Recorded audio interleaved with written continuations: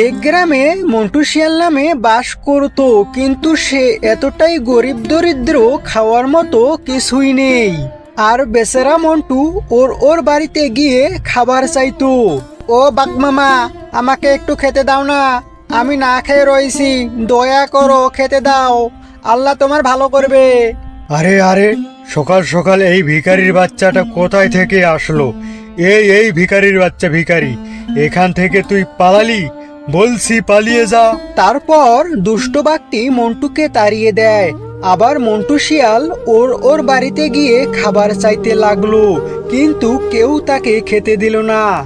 আর কারো কাছে কাজ চাইলে ভিখারি গরিব বলে কেউ কাজ দেয় না। এরপর মন্টু শিয়াল কোনো রকম খেয়ে না খেয়ে কষ্টে জীবনযাপন করে। আর পারছি না, গত 3 দিন ধরে কিছুই খেতে পারিনি। আমি গ্রামবাসীদের কাছে খেতে চাইলে কেউ খেতে দেয় না, আর কাজ চাইলে কাজও দেয় না।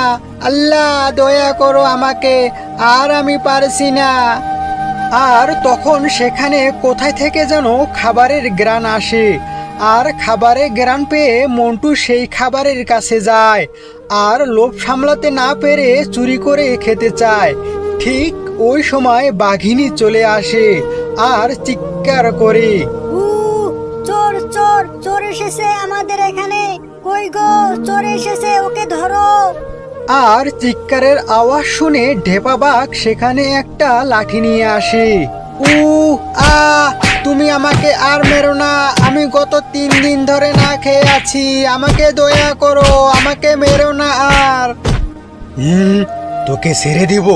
তোর এত বড় সাহস, তুই আমার বাড়িতে খাবার খেতে এসেছিস, তোকে আজকে প্রাণে মারবো।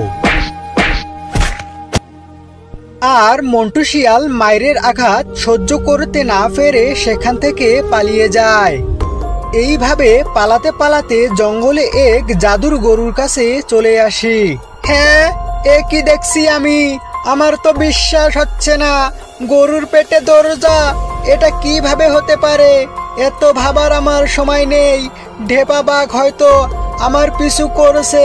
আমি এই গরুর পেটে দরজা খুলে গিয়ে লুকিয়ে পড়ি, তাহলে আমাকে আর খুঁজে পাবে না। আরে বাপরে, এত সোনা!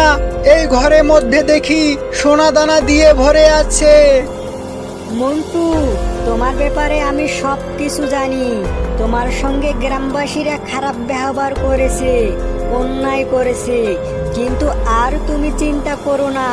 তুমি চাইলে আজকে থেকে এই ঘরে থাকতে পারবে, আর এই ঘরে থাকলে তোমার সমস্ত ইচ্ছা পূরণ হবে। এইসব শুনে মন্টু শিয়াল অনেক খুশি হয়। আরে বাহ, তাই নাকি? এই ঘরে থাকলে সব ইচ্ছে আমার পূরণ হবে? তাহলে তুমি আমাকে আকাশে উড়ে আমার বাড়িতে পৌঁছে দাও তো দেখি। মন্টু শিয়ালের এই কথা শুনে গরুটি আকাশে উড়ে উড়ে তার বাড়ির সামনে চলে আসে। আরে বাহ, সত্যি সত্যি আমাকে উড়িয়ে নিয়ে আসলে, আমার তো বিশ্বাসে হচ্ছে না। হে জাদুর গরু, আমার যেহেতু এই উপকারটা করলে, তখন আরো একটু উপকার করে দাও, আমাকে অনেকগুলো সোনা দাও, যেন গরিব অসহায়দেরকে সাহায্য করতে পারি। আমাকে কেউ সাহায্য করেনি, কিন্তু আমি সবাইকে সাহায্য করতে চাই। আরে বাহ, সত্যি সত্যি তুমি অনেক ভালো।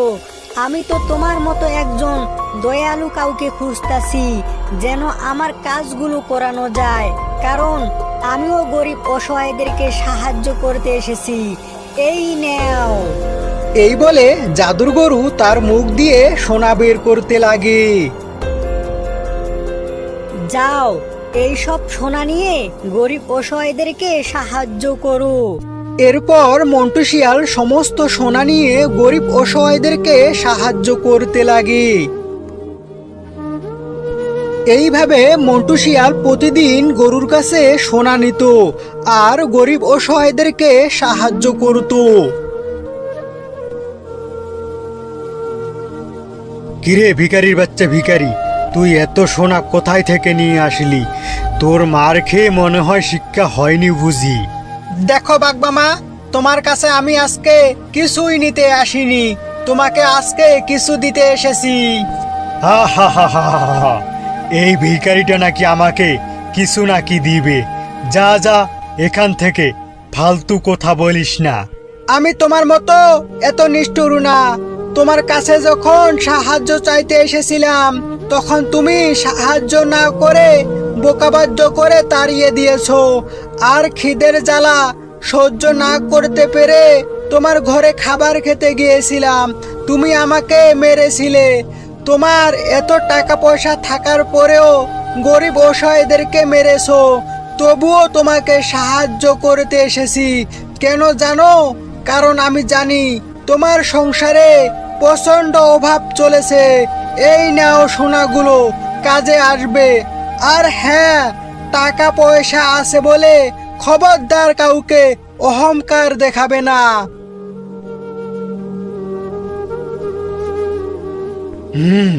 মন্টু শিয়াল ভিখারি হয়ে আমাকে এতগুলো সোনা দিল, কি করে এটা সম্ভব? আরো মনে হয় মন্টু শিয়ালের কাছে অনেক সোনা আছে। যাই গিয়ে দেখি সে এতগুলো সোনা কোথায় পেল। এরপর টেপা বাঘ মন্টু শিয়ালের ঘরের পাশে এসে দেখে বিশাল বড় এক সোনার গরু মুখ দিয়ে সোনা বের করতাছে। আরে, এই গরুর মুখ দিয়ে তো সোনা বের হচ্ছে। আমার তো বিশ্বাসে হচ্ছে না।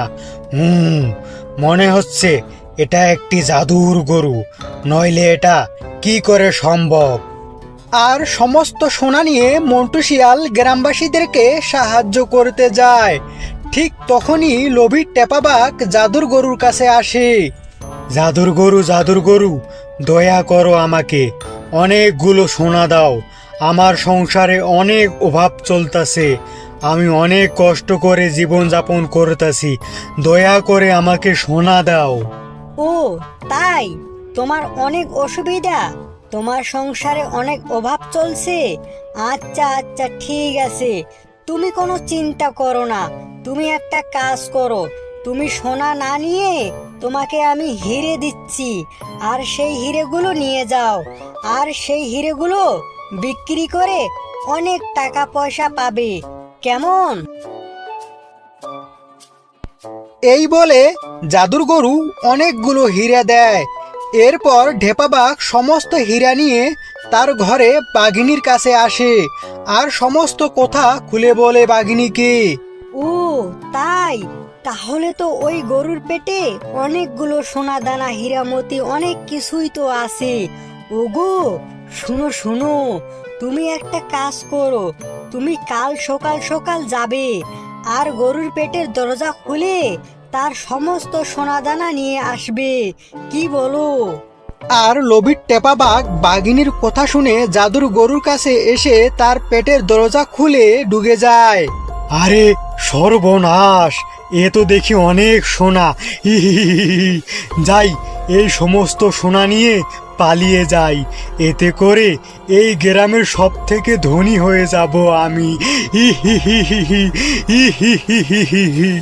এই লোভী টেপা বাঘ, তোর এত বড় সাহস! সোনা চুরি করার জন্য আমার পেটের ভিতরে ঢুকেছিস।